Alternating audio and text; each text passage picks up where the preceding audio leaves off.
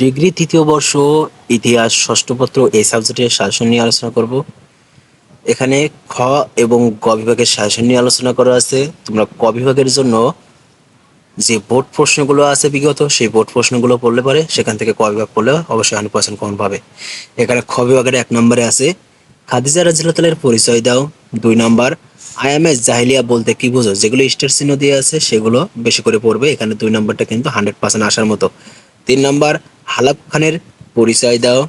4 নম্বর দুমার মীমাংসা বলতে কি বোঝো, এটা 100% আসার মতো।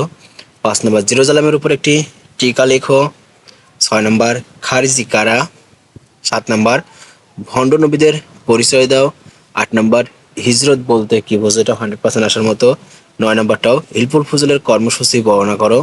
10 নম্বর বারোমাকিদের সম্পর্কে একটি টিকা লেখো। 11 নম্বর মহানবী সাল্লাল্লাহু হিজরতের কারণসমূহ লেখো। 12 নম্বর বাগদাদ নগরীকে প্রতিষ্ঠা করেন সংক্ষেপে লেখো। 13 নম্বর রিদ্দার যুদ্ধ সম্পর্কে কি জানো। এখানে 13টা বললে এখান থেকে অবশ্যই 100% কমন পাবে। এবং এরপরে আছে গ বিভাগে। গ বিভাগের 1 নম্বরে আছে বদর যুদ্ধের কারণ ও ফলাফল আলোচনা করে, এটা 100% আসার মতো। 2 নম্বর প্রাক ইসলামিক যুগে আরবদের রাজনৈতিক, অর্থনৈতিক ও ধর্মীয় অবস্থা আলোচনা করো, এটাও 100% আসার মতো। 3 নম্বরটা মদিনা সনদের শর্তাবলী পর্যালোচনা করো। 4 নম্বর হুদাইবিয়ার সন্ধি শর্তাবলী পর্যালোচনা করো। 5 নম্বর খলিফা ওমর রাদিয়াল্লাহু শাসন ব্যবস্থা আলোচনা করে, এটা 100% আসার মতো।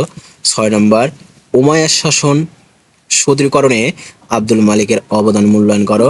7 নম্বর হযরত আলী রাদিয়াল্লাহু তাআলা ও মুয়াবিয়া রাদিয়াল্লাহু তাআলার মধ্যে সংঘর্ষের কারণ ব্যাখ্যা করো। 8 নম্বর ইসলামের ত্রাণকর্তা হিসেবে হযরত আবু বকর রাদিয়াল্লাহু তাআলা এর অবদান মূল্যায়ন করো, এটা 100% আসার মতো। 9 নম্বর আব্বাসীয় বংশের প্রকৃত প্রতিষ্ঠাতা হিসেবে খলিফা আল মনসুরের কৃতিত্ব মূল্যায়ন করো। 10 নম্বর হযরত ওসমান রাদিয়াল্লাহু তাআলা এর হত্যার কারণ আলোচনা করো।